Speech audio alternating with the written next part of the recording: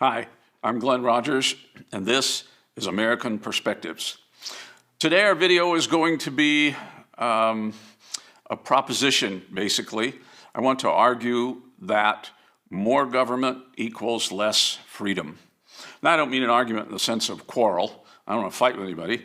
But the idea that I have a position and I want to give you some evidence, some ideas in support of that position. And I think I'm not the only one that would take the position that the more government we have, the less freedom as individuals that we have. So that's what we're going to talk about today. You get the idea very quickly when you read the founding documents of this country that the founders thought in terms of small, limited government. They didn't believe that government existed so that it could limit the people. They turned it around the other way and they said the people have to be sure that the government is limited. Otherwise, the government could just take over, and then people really wouldn't be in the best position to have a strong, vibrant society where they were free and happy. And that's what you need to have a good, strong society. As far as the Founding Fathers were concerned, the primary job of government was to secure the rights of the people. Now, I've got a copy of the Declaration of Independence and the Constitution here, and I read from this last week in one of our videos, and I mentioned then that I think everybody should have a copy of the Constitution, of the Declaration of Independence, and of the Bill of Rights. And this is one book that has all three of them. Now, I didn't write this. I don't have anything to do with the book. I bought it online, bought it from Amazon. I think it was $6.99 or something like that. There are others that are more expensive. There are others that are less expensive. This happens to be the one that I bought. I would encourage you to go find a book on the Constitution, not a commentary talking about the Constitution, but just the Constitution and the Declaration of Independence and the Bill of Rights, so that you have that resource that you can use in your home. What I want to read today, well, there are two sections that I want to read, but the first one is from the Declaration of Independence, and you will probably be familiar with it. You've heard it before. It's from the second paragraph, where it's talking about people being endowed by their Creator with certain unalienable rights, and it lists those as life, liberty, and the pursuit of happiness. Okay, now we're all very familiar with that. Now, the next phrase, though, is very important. It's what I want to focus on. It says that to secure these rights, that is, the rights of life, liberty, and the pursuit of happiness, governments are instituted among men. What does that mean? It means that the Founding Fathers, at least, understood the idea of government to be one of an organization whose primary function, primary job, was to defend and protect and secure the rights of the people. I wonder if you were to ask elected officials today, what is the primary job of government? How many of them would give you that answer? I don't know. I really don't know. I know some of them would, because I've heard them say so on television interviews. I've heard them say that. So I know some believe that. But I'm wondering if you could talk to all of the several hundred people that serve as an elected official in the federal government, how many of them would say that their primary job is to secure the rights of the people? I really don't know. Another passage I want to read to you is from the preamble of the Constitution. That's the opening paragraph of the Constitution, and you're probably somewhat familiar with this as well. It says, "We, the people of the United States, in order to form a more perfect union, establish justice, ensure domestic tranquility, provide for the common defense, promote the general welfare, and secure the blessings of liberty to ourselves and our posterity, do ordain and establish this Constitution for the United States of America. Now, I find this very interesting because in the previous reading, it talked about governments being ordained and established to secure rights. And here, it makes a list of 6 things that it says are, well, and it doesn't say these are the jobs or duties of the government, but it seems to be suggesting that they're writing this Constitution to form a government that can accomplish these things. And so they're looking for a more perfect union, a way for all the states to be unified, to establish justice, in other words, to make sure society is fair for everyone, to ensure domestic tranquility, to give us all an opportunity to live peaceful lives in our society, to provide for the common defense. I think that's a reference to the military strength, making sure that we can defend ourselves when need be, and to promote the general welfare, just make sure in general that things are going, okay, and to secure the blessings of liberty. There's that word again, comes up again, the blessings of liberty, kind of like life, liberty, and the pursuit of happiness. So these are the kinds of things you find in the Constitution, in the founding documents of our country, where the founding fathers are kind of telling us these are the things that government needs to be concerned with. Now, granted, in those early days, when there were only 13 states, the federal government was small and could remain relatively small. And the states had an awful lot of freedom and power and authority to do things that needed to be done. And that's kind of the way they envisioned things as working. But as the nation began to grow, then it became apparent that the government needed to grow with it. Bigger nation, bigger government. Okay, that makes sense. And I think most people could see that. It's like if a young couple gets married and they have a child and they just have the one child, and so you got 3 people living in a small house, we'll say, that may be fine in those early stages, but let's say 15 years later, let's suppose that they have 5 children. Okay, well, they're going to need a bigger house and maybe a bigger car, or at least a different kind of car, and maybe some additional bedrooms and that sort of thing. As the family grows, the family's going to change a little bit, isn't it? Okay, well, if you're married and have a family, or you grew up in a family like that, you get that. It's a simple analogy. As the nation grew from 13 states on its way to becoming 50 states as it is today, it was just necessary that the government grow along with it. And I think most people get that. But the question, I think, has to be asked, well, okay, but how big does the government need to be in order to do the things that it needs to do? And this is one where people are going to have different opinions and think from different perspectives about this. And one of those would simply be your understanding and view of government, whether it should be big and do all kinds of stuff, or whether it should be small and have limited powers. But think about the government that exists today and what we actually have. I just want to list a few of the specialized departments that exist because of the growth of government. We have the Department of Education. We have the Environmental Protection Agency. We have the Department of Housing and Urban Development.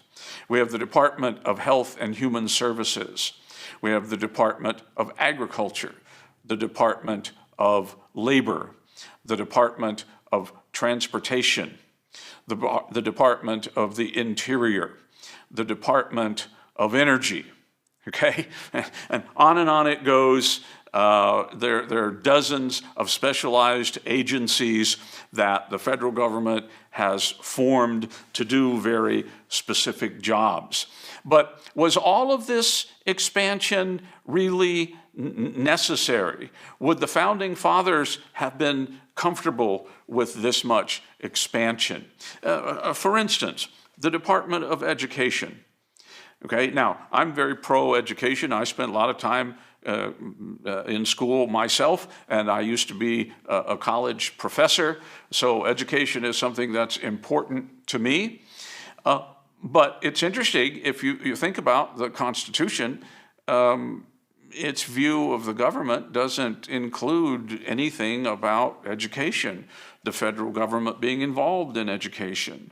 Education was something that was dealt with more on a local level. So why is the federal government involved in education? Why do we have a Department of Education where it requires a budget of many hundreds of millions of dollars? So was all of this expansion necessary? Many people would say, no, it wasn't necessary. There were other ways that these things could have been done, and the federal government didn't need to be involved in all of those things. So why was it involved? Why did it continue to grow and grow and grow and be involved in more and more things? Now, some people would say, well, you remember back in the preamble in the Constitution you read, and one of the things listed in there was the general welfare. When the federal government sees that there's an area where things could be better, maybe they're not being handled well or handled at all in some cases, and something needs to be done, and so the federal government can step in and take over, and it can, well, okay, there's an argument to be made for that, and I think in some cases that might even be a valid argument. But if you talk to other people, they might point out that there could be another reason why the federal government continued to grow and grow and grow and grow into this extremely large and powerful thing that it is today. And they would say the reason federal government has grown the way it has is simply a thirst or a craving for power. Power is one of those things where the more you have, the more you want. Power and control go together, and I'm told it can be a pretty exhilarating thing to be able to control the kinds of things that the federal government controls. Now, I'm not saying that everybody who serves in the federal government, and not even the elected officials who serve in the federal government, are all a bunch of, power-hungry thugs that just want to control everything. I don't think that's true. I think there's some really, really good people that serve in our federal government and try to make things better, not only for the American people, but around the world. But I've listened to some people talk, and I've watched for several years now the kinds of things that they do, and I suspect that there are some people in government who are voting for programs and voting for different things, and that their interest really is or involves a quest for power. They want power, they want to control. And that's unfortunate, because what is the result of federal expansion? Whether it was intended or not, whether the federal government meant for this to happen or not. And again, this is one of those things where you can argue it either way. Some people say absolutely they intended it. This is their agenda. It's what they meant to do. And other people will say, they were trying to do the right thing. Okay. So whether or not it was the intended result, what happens when the federal government gets bigger and bigger and bigger and has more and more and more control is that you have less freedom. The bigger the government, the smaller the people are. When the government controls nearly everything, what do the people control? Very little.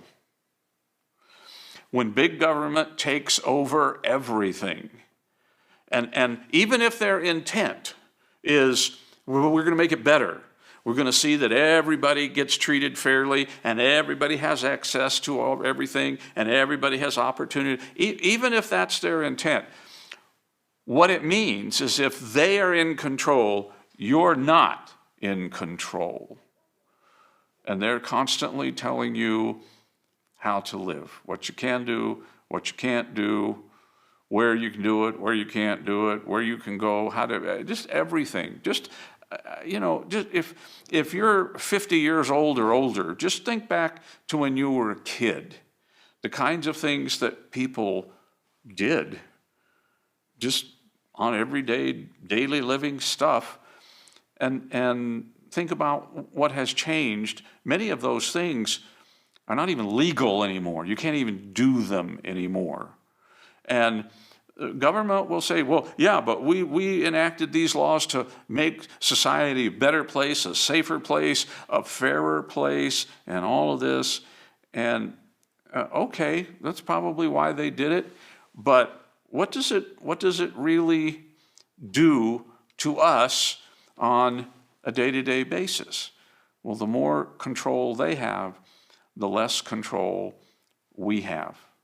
And when you think back to what the Founding Fathers wanted, the idea of limited government that would secure our rights, which included life, liberty, and the pursuit of happiness, the less control you have, the less happiness you have, the less freedom you have.